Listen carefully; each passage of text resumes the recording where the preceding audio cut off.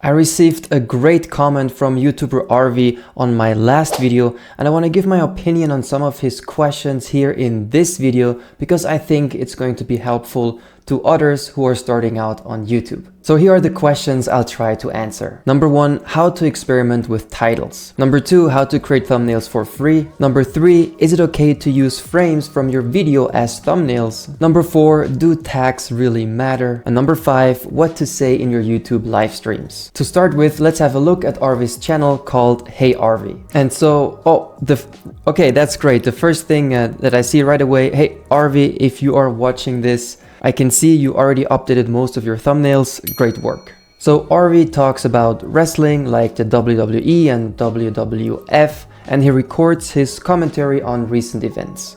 And his first question was about writing video titles. Essentially, this involves experimenting with different titles to see what resonates with your audience. So in Arvi's case, obviously, we want to try to find video titles that pique the interest of viewers who are already interested in wrestling and WWE and WWF. A very simple way to gauge interest is to check what's already being watched on YouTube. For example, we can start by typing in WWE, and already we see some common search results. Let's just look what pops up when we do WWE commentary, because Arvi creates a bunch of commentary videos. Right away we can see the difference in thumbnails. By the way, you can see very strong emotional reactions, simple style with just a picture and simple short text. Very big letters, bold letters, easy to understand. Now in terms of titles, when we search for WWE commentary, it actually looks like the commentaries are mostly about the official commentators commenting on some of the matches. Another thing that we can see here is list type of videos or highlight videos. Right here it says biggest moments, here the greatest announcer calls, here it says highlights from Triple H SmackDown commentary, and even announcing bloopers. Now let's search for WWE news to see what people are watching there. So here, interestingly, the video titles are essentially just a series or a collection of article headlines. So what I would try out in Arvi's case is I would take some of these video titles that are working for others and I would tweak it and see if I can use this as the same format or a similar format on a topic that I would like to cover. I already mentioned thumbnails, and the next question was about thumbnails, but it was specifically about how to create thumbnails for free. Thumbnails are very important on YouTube, and fundamentally they have one job. They gotta make people stop scrolling and pay attention. That's why it's important to create thumbnails that are easy to grasp and have a clear message. Intriguing thumbnails often work best, but it's definitely not the only type of thumbnails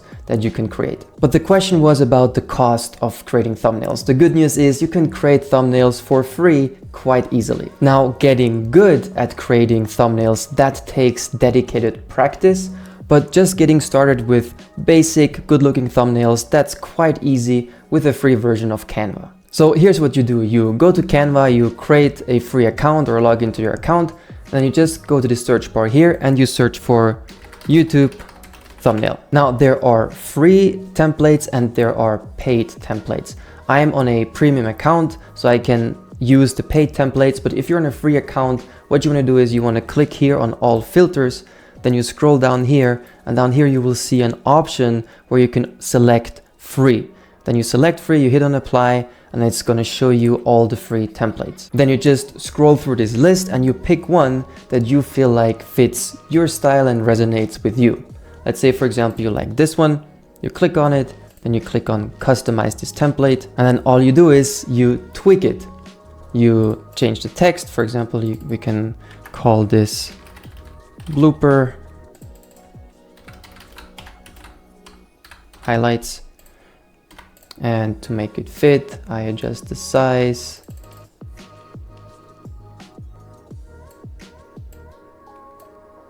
Then I could replace the picture with one of mine.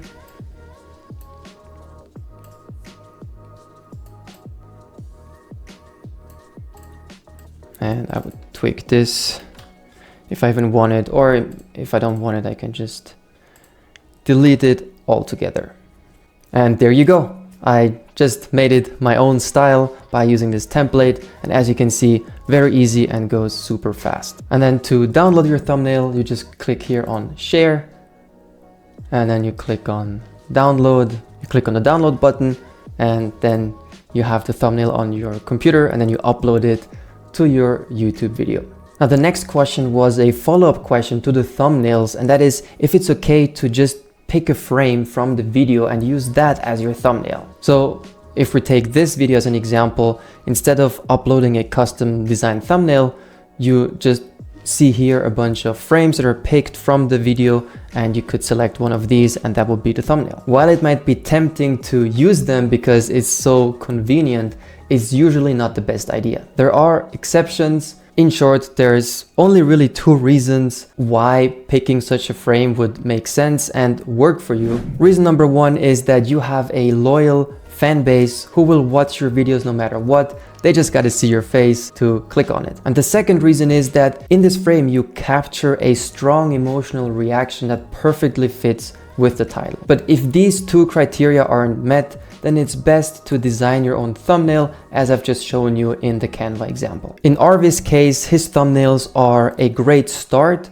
but the biggest issue is that it's difficult to tell what exactly is going on. It's very easy to scroll past these thumbnails without recognizing anything. Also, there is no consistency in the design right now, which makes it difficult for people to recognize him. But here's the important thing. You can't learn that overnight. Arvi, I think what you've created here is a great start. And you've done what most people aren't willing to do. You tried something new and you're learning a new skill. Let's say if you invest even just 15 minutes per day to design your thumbnails and tweak your thumbnails, you will get better over time at this valuable skill. And then you'll also get more views and more interest in your videos. This is also a good opportunity for me to advertise my program. I run a small coaching group every week where I help members get better at creating videos, which also includes creating thumbnails and writing intriguing titles. This group is only for people who are dedicated to creating at least one video per week. And if you think you'd be a good fit to join us, then you can go to my website, CreateGrowProfit.com/video group to contact me. Arvi's next question was about YouTube tags. And the question was, do tags really matter? In short, tags help your video get discovered, but tags cannot save a bad video with a bad title and a bad thumbnail. Tags basically tell the YouTube algorithm what your video is about. It gives it context. So I'm looking here in the description of one of Arvi's videos, and I'm just going to make the assumption that the hashtags that he used here is also what he used as his video tags. Now, a really important note is that hashtags and tags are not the same thing. This here are hashtags and you write them in the video description or in the video title, but this down here, these are the tags which you add when you upload the video in YouTube Studio. So I hope this isn't going to be confusing.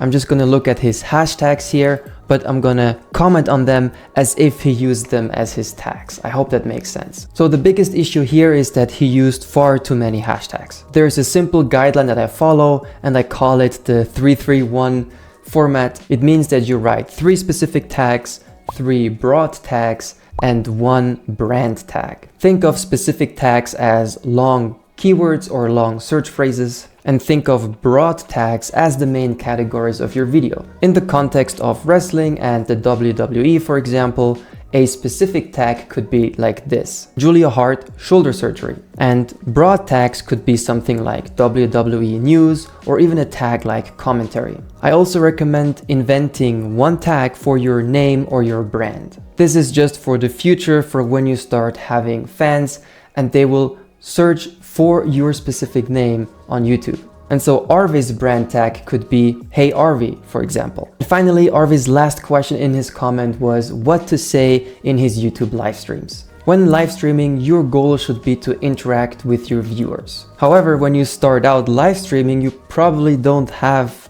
any viewers, and that makes it very difficult, if not impossible, to interact with somebody. What I would recommend is making a few friends or connections first. Then plan a live stream with them. Be sure to pick a topic that they're hyped about and pick a time that works for them and plan the stream with them to stream for them and have them tune in. Even if it's just 1 or 2 people, as long as they're active, that's enough to get an interactive stream going. So what you want to do is you start talking on the topic, and because this was planned, then your 1 or 2 friends, they should type in the chat and you respond to their messages, and that's how you let it flow naturally. What's important is that they feel like an active part of the conversation. Arvi, if you have any follow-up questions or even doubts about some of the things that I shared in this video, please let me know. And if you found this video helpful, please give it a like and share it with other YouTubers who are starting out. In my next video, I will continue with my meme marketing experiment.